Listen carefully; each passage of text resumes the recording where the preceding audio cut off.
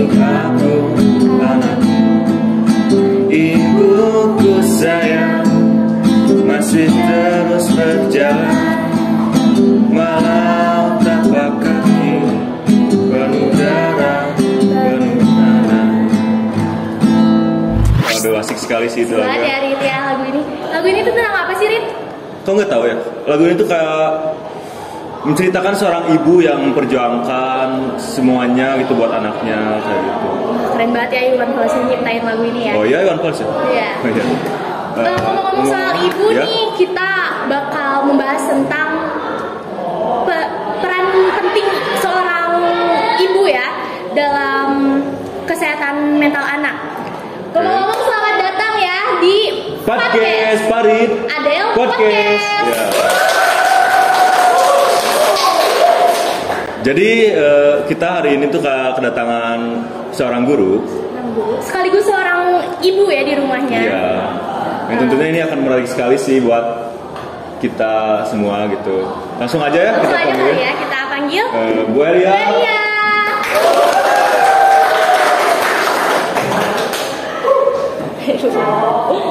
Oke. Silakan duduk. Terima kasih. Jadi gimana Bu kabarnya hari ini? Alhamdulillah. Asik gak sih diundang ke Iya, podcast? keren ya. Ya, keren ya. Seniat ini ya. Makasih ya Ibu udah Kita juga. meluangkan waktunya yang Ya, betul. sibuk ya Ibu ya Iya, akhir-akhir ini. iya lumayan sih. Lumayan. Oke, jadi kita tuh mau membahas tentang parenting Bu. Kan Ibu itu seorang guru sekaligus seorang orang tua ya Ya. pas di rumahnya. Betul. Memiliki berapa anak Bu?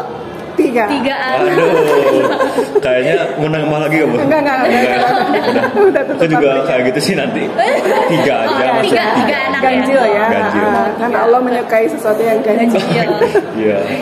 Gak ada yang. Iya. Benar. Ngomong-ngomong soal anak, pasti Ibu ada cara parenting gak sih Bu? Kayak semua orang tua pasti ada cara parentingnya Betul, Bu. yang berbeda-beda.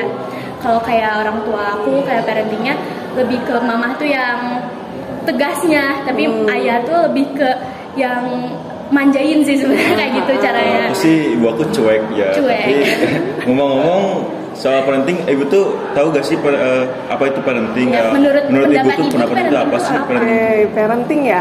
Ya. Sebelumnya ya di sini ibu bukan jadi ahli kali ya. Karena memang yang namanya Berpengalaman. parenting itu kan emang susah sebetulnya ya. Iya, betul. Parenting itu kan memang ada expertnya ya sebetulnya, ada ahlinya gitu. Kebetulan memang ibu bukan ahli karena memang untuk parenting itu memang susah sekali gitu ya. Jadi paling ibu hanya berbagi pengalaman aja Ya, di sini. itu sih asik pengalaman. Sharing-sharing lah ya. Sharing aja ya. Parenting itu kalau ibu juga sempat Google gitu ya.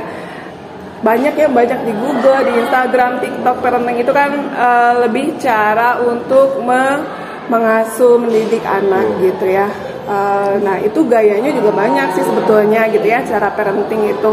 Jadi ada, kalau dari segi ilmunya memang sekarang banyak banget kita tuh pengaruh dari karena pesatnya teknologi gitu ya. Ya. Informasi banyak banget, jadi dari luar negeri kita banyak dari Amerika seperti itu ya.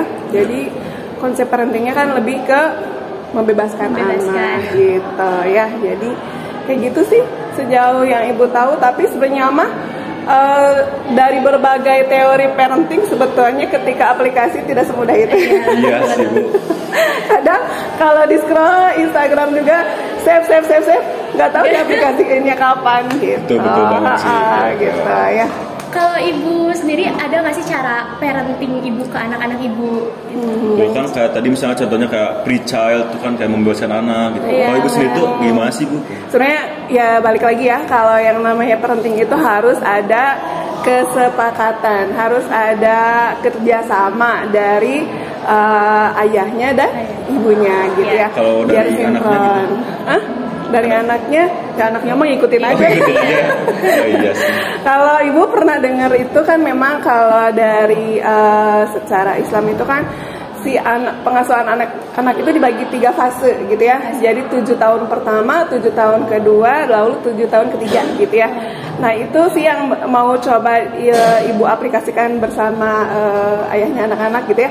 Jadi 7 tahun pertama itu anak itu diperlakukan seperti raja gitu katanya kan ya.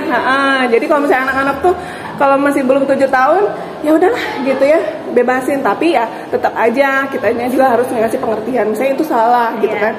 Ya tapi kan kita tuh perlakukan seperti raja tuh lebih ke apa namanya? Ngajak main, berekspresi iya betul, biar mereka lebih explore gitu kan ya. Jadi biar tahu pengalaman lebih banyak, ya pokoknya mengeksplor aja gitu ya. Lalu 7 tahun kedua itu katanya perlakukanlah anak itu sebagai tawanan. Waduh, tawanan itu maksudnya lebih ke apa ya? Dididik dengan keras, ya pakai. Jadi biar mereka tahu aturan gitu, ya. Jadi ketika kan itu tuh 7 tahun kedua tuh berarti 7 sampai 14 berarti usia sekolah ya.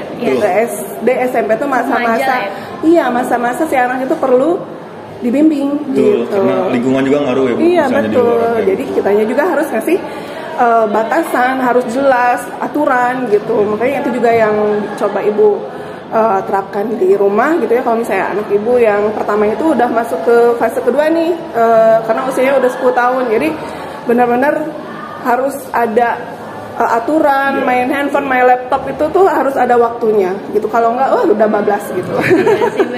Iya. Lalu 7 tahun ketiga berarti usia 15 sampai 21 itu perlakukanlah anak sebagai sahabat gitu katanya ya. Nah ini memang belum masuk ke fase itu ya. Jadi katanya memang lebih baik kalau misalnya anak ketika usianya 15 sampai 21 itu perlakukanlah sebagai sahabat gitu. Berarti ibu lagi di fase yang pertama, kedua ya? Pertama dan kedua. Ada masih perbedaannya gitu, kayak pasti kan kakaknya diperlakukan seperti ini, adik-adiknya kayak gini, adik-adiknya kayak ngerasa dibedain atau kakaknya ngerasa dibedain, pasti gimana cara ibu ngajarinnya? Itu kayak bingung ya. Iya bingung ya. Iya makanya gitu. Sebetulnya kayak main layangan ya, kalau kayak kalau pacaran juga kan sama ya. Pacaran sih ya. Harus ada tarik ulurnya sama. Ilmu parenting juga kayak gitu. Jadi kalau misalnya kita ngasuh anak juga sama. Ada saatnya kita tegas banget, ada saatnya kita ya udahlah gitu, ikutin apa kata mereka gitu. Jadi ada kalanya kita tarik dan ulur gitu. Makanya kita harus ada dinamikanya lah gitu. Kalau aku sendiri sih lagi di fase ketiga mungkin, tapi aku gak merasa jadi sahabat sih. Sharing ya, coba Farid bisa. Aku bisa sharing sih, kayak mamaku tuh kayak bukan sahabat lagi sih, kayak ya deket banget gitu. Jadi apa itu? Ya apa? Udah bestie banget. Bestie lah, bestie. Bestie banget. Ya bagus sendiri sih gimana? Kalau aku lebih deket ke ayah sebenarnya. Biasanya anak perempuan juga lebih deket sama ayah kan ya, kebanyakan. Terus mama juga sih sering kayak cerita-cerita gitu, sedikit-sedikit ada. Kalau ke ayah tuh lebih cara apa ya namanya tuh, cara komunikasi ke ayah tuh kayak lebih enak sahabat aja, gitu, benar sahabat kata ibu gitu. Ya, ngomong-ngomong ibu tuh anaknya laki-laki semua atau perempuan? Anak ke satu laki-laki, sekarang usia 10 tahun. Anak kedua laki-laki juga, usianya mau 4 nanti Maret itu ya. Terus anak ketiga perempuan. Makanya udah gak penasaran, udah anak ketiga usianya baru 1,5 tahun gitu. Masih kecil. Kebetulan memang kalau ibu boleh sharing lagi ya, jadi anak kedua ibu itu rada spesial gitu. Spesialnya adalah karena apa namanya tuh, speech delay. Tahu speech delay? Iya. Saya nggak tahu. Speech berbicara delay gitu, terlambat. Jadi ada keterlambatan bicara. Jadi memang ada, tadi katanya kan perilakunya beda nggak sih, perlakuannya ke anak-anak udah pasti beda gitu. Karena anak pertama perkembangannya normal, anak kedua memang ada hambatan, pasti ada perlakuannya beda banget gitu. Yes. Jadi memang ada treatment khusus, ada terapi dan sebagainya gitu. Jadi sekarang juga masih di terapi. Anak ketiga masih.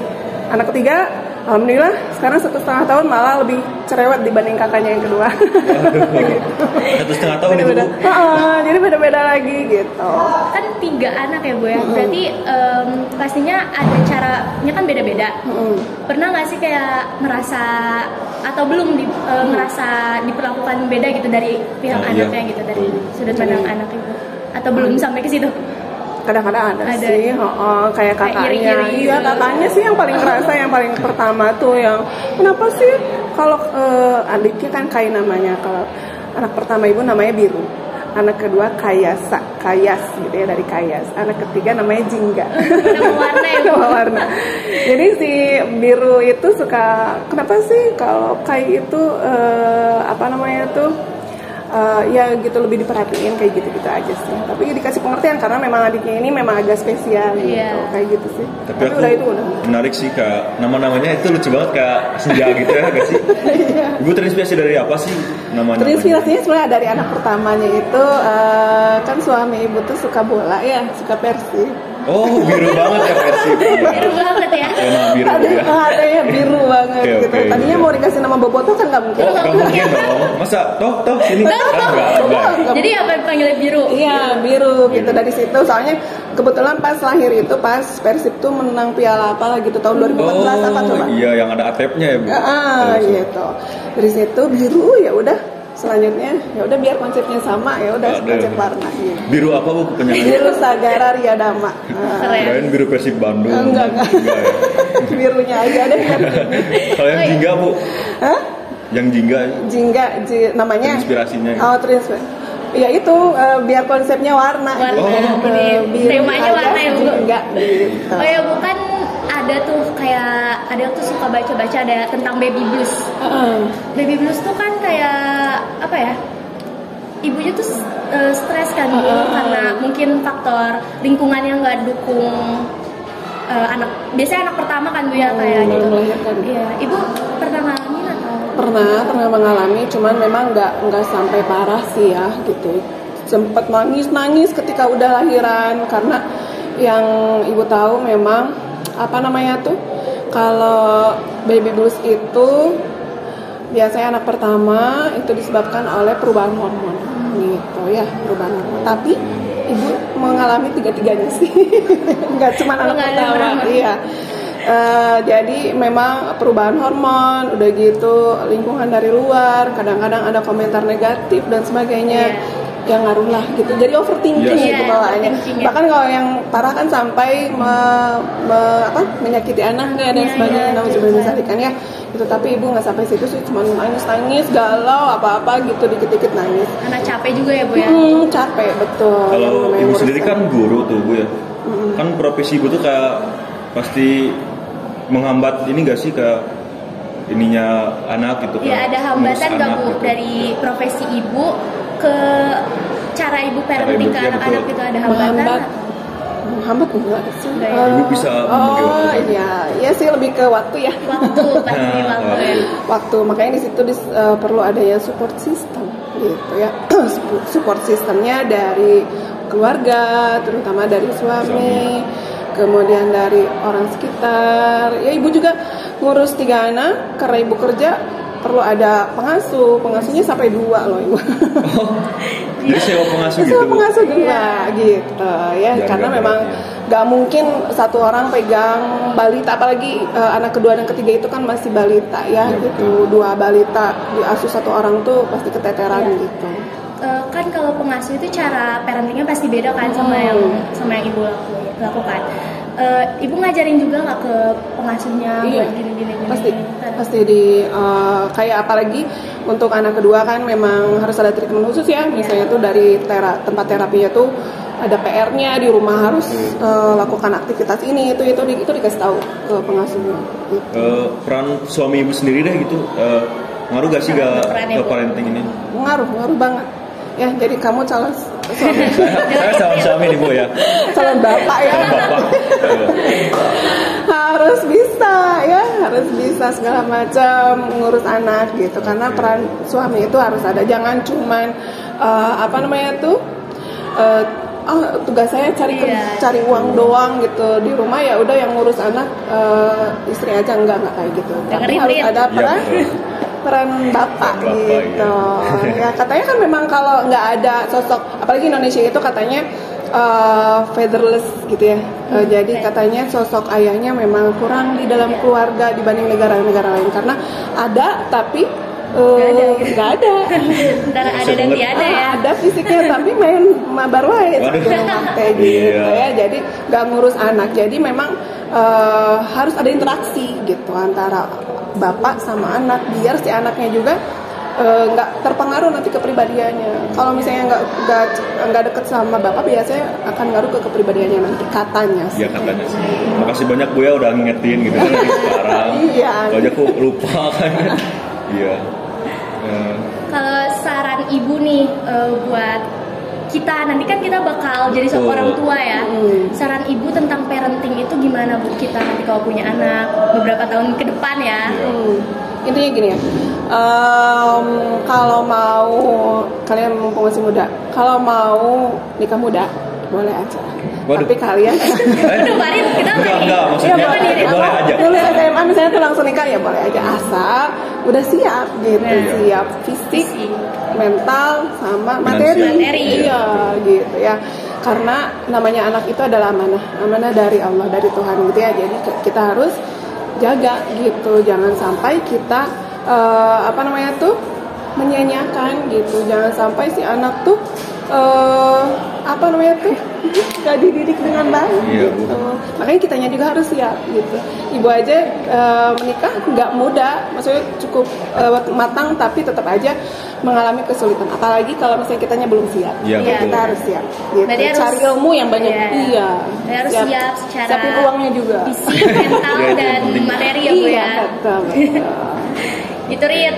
Ya gitu, aku ngerti sih. Nah, gitu ya. Ya jadi kalau misalnya masih belum siap, ya siapin lagi, nikmati masa muda aja gitu. Kalau misalnya pacaran yang sehat gitu, jangan deketin free sex gitu. Oke. Gitu aja. Itu oke Bu. Kesimpulannya nih Farid gimana kalau guys, dari kesimpulan yang kita dapat dari hari ini tuh kayak parenting itu penting, itu bagi kita semua, karena anak-anak tuh butuh dididik sama orang tuanya sampai ke depannya. Kata ibu tadi kan benar, kayak 7 tahun tuh ada 3 fase gitu ya Bu ya. Itu penting sih dalam proses-prosesnya gitu. Ya betul, apalagi kesehatan mental anak itu kan penting banget ya Bu ya. Terus kayak dalam tumbuh kembang kita juga penting banget mental itu, dan orang tua itu salah satu peran terpenting gitu dalam pembentukan anak gitu. Mungkin itu aja ya Bu ya. Makasih banyak Ibu udah ngeluangin waktunya yang di tengah ada Yantonya ini. Yante Bu, Yangus. Terima kasih. Mungkin ke penghujung acara kita ya. Jangan lupa saksikan podcast berikutnya. Hopefully kalian enjoy ya video ini ya. Dapat kesannya gitu. See you guys. Bu boleh see you guys. Kita bareng kali ya ngomong podcast ya. Podcast Farid Adel Podcast.